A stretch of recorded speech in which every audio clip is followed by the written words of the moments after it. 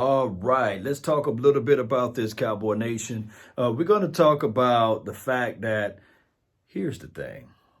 I love competition. I don't know about you all, but I love competition. I always say iron sharpen iron, steel sharpen steel. And if the Dallas Cowboys are looking at the second, the third, or the fourth round to pick up a quarterback, I want Dak Prescott to have that same mental capacity to say to himself, hey, bring it. I'm right here and we ain't going anywhere. I'm right here. That's what I want Dak Prescott to do. It's no shade or no hate. Bring the best of the best. If you want to go out there and get a seasonal veteran guy, bring him out.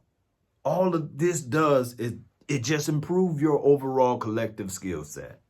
And if I'm Dak Prescott, I would be looking at it like this. As soon as I sign this contract, you guys are going to be looking at this particular pickup as a waste. Because I know for sure that I'm battle tested. That's how I would look at it. Every single moment of your life, there's competition. In order for you to be born, there was competition. You had to outperform millions or billions of certain sperm cells to get in front, you know what I'm saying? And then it just didn't end there. You had to fertilize. You had to go into a situation where you had to wait 9 months. And that's just the reality of it. The moment you be able to walk, you still have to sit there and say, man, now I have to learn how to do this. Now I have to learn how to do that. Now I got to go over here and do these type of situations. And guess what we call that? Life. You know, the most remarkable thing is this right here. The word in the confines of knowledge. Let me just say this again. The words in the confines of knowledge. Look, quick example. 2 plus 2 is 4. The craziest thing of it all, in China, 2 plus 2 is 4. In Russia, 2 plus 2 is 4. In South Africa, 2 plus 2 is 4. It does not matter where you learn it. Yale, Harvard, you go to the moon, it's universal. 2 plus 2 is 4. So knowledge is something that is just like energy. It's not created nor destroyed. It can only be pretty much transferred. So that's why they say knowledge is power and power is energy. And when we talk about these things, once you become knowledgeable of a situation and understanding of a situation, you say that nothing can stop me because I know what I need to do in order to arrive or to be on top. And that's knowledge. Dak Prescott, he's been in the system for what, going into his 5th year? And this will be the year, or should be the year, that he looks at everything and say, okay, I'm knowledgeable of the game. No matter what somebody says that this will happen, or no matter what that would happen, I'm ready. I'm flat out ready. And I'm battle tested.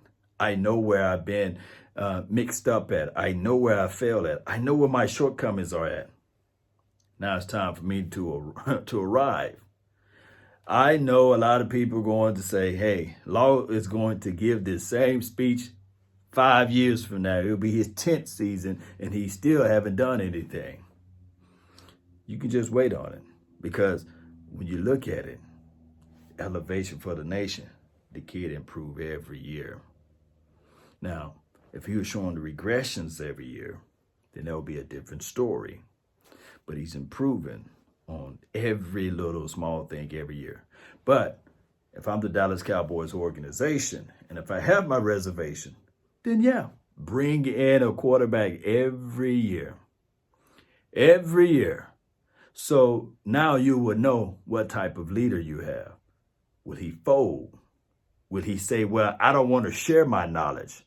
Oh, will he be the type of person that will not give tidbits and insight? Will he try to hold all of his talent to himself and say, no, I do not want to share this with anybody because I grind for 3 to 4 to 5 years to get here to where I'm at? It's up to the quarterback on that. But I can tell you that Dak Prescott, like I said before, for many of years now, many of moons, is that he is a true leader. He showed Mike White a lot of things. Go look it up. He showed Mike White a lot of things as it relates to when they was in training camp.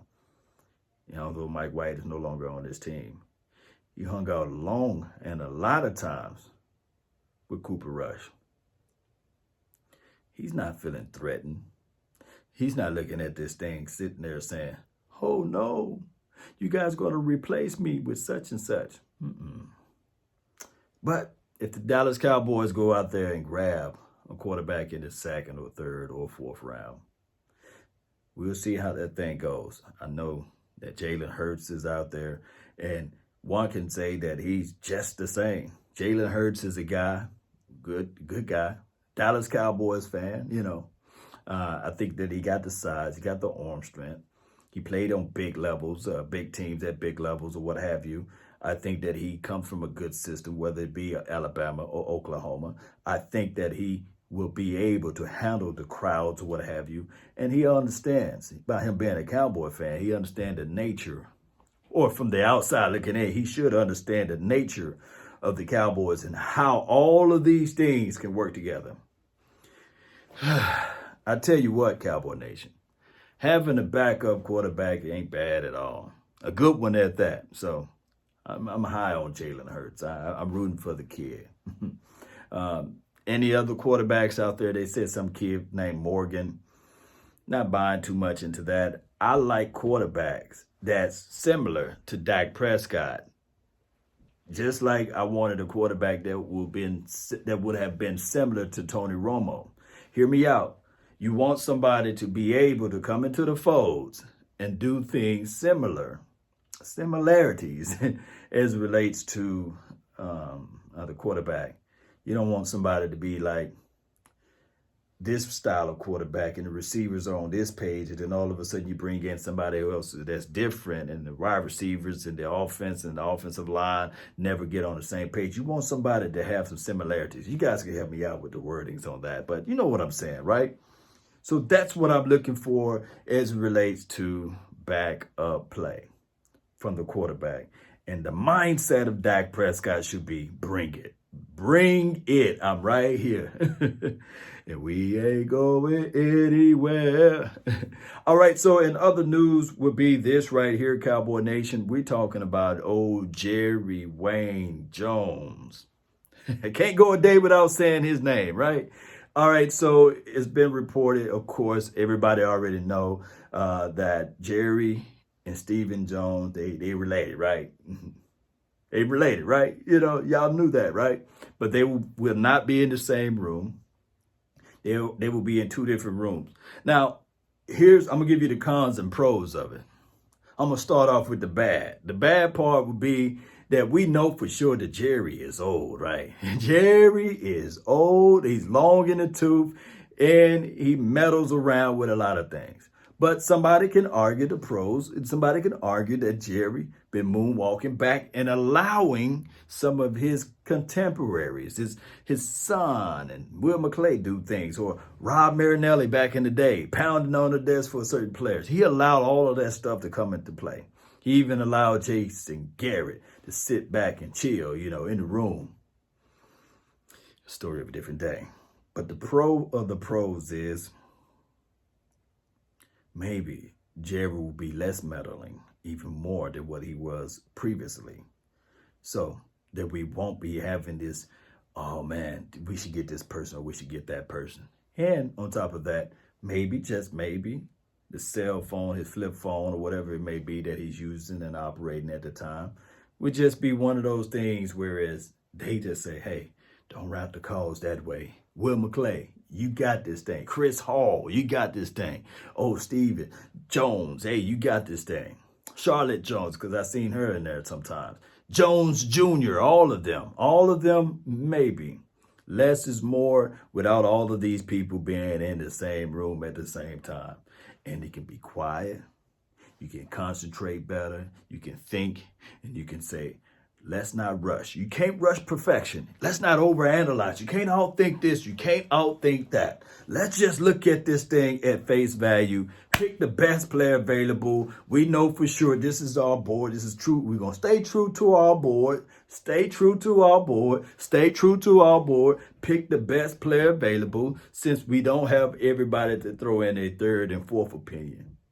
Sometimes it's cool for the second opinion, but the third and fourth opinion, like you like really like, man, you really think that this guy gonna be that much of an impact, and then you start listening to that third and fourth opinion, and then you're in trouble. But if you just go straight off of your board, 9 times out of 10, this will be a better draft situation. Let me know of your concerns of this. Let me know how you guys feel about Dakota Prescott not having his contract signed, and also the Dallas Cowboys could possibly using the 2nd, 3rd, or 4th round draft pick for a quarterback. Let me know how you guys feel about that. I need your feedback on that. And let me know how you feel about Jerry Wayne not being in the room with his son and all of his contemporaries. That's been my time. I really thank you all for yours. And remember, you're listening to nothing but the best. Let's go. Let's go.